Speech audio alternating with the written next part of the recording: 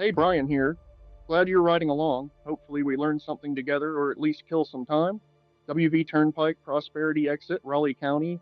You know the WV naming inversion if you've driven these roads enough. Rich, green, wealthy, plenty. Those names tend to sit on the more modest places.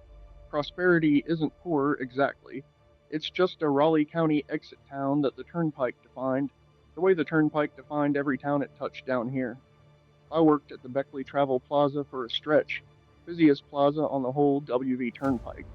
Saw the rest of these exits in my rear view every shift change. Prosperity is the one just to the north. The kind of place where the truck stop's parking lot is busier than the town's main road, brother. That's West Virginia. The infrastructure is the main character. The towns line up where the infrastructure says they get to be. Prosperity is what we call the exit. The Turnpike is what we call the reason. Thank you for riding with me. We are in this together. Keep going.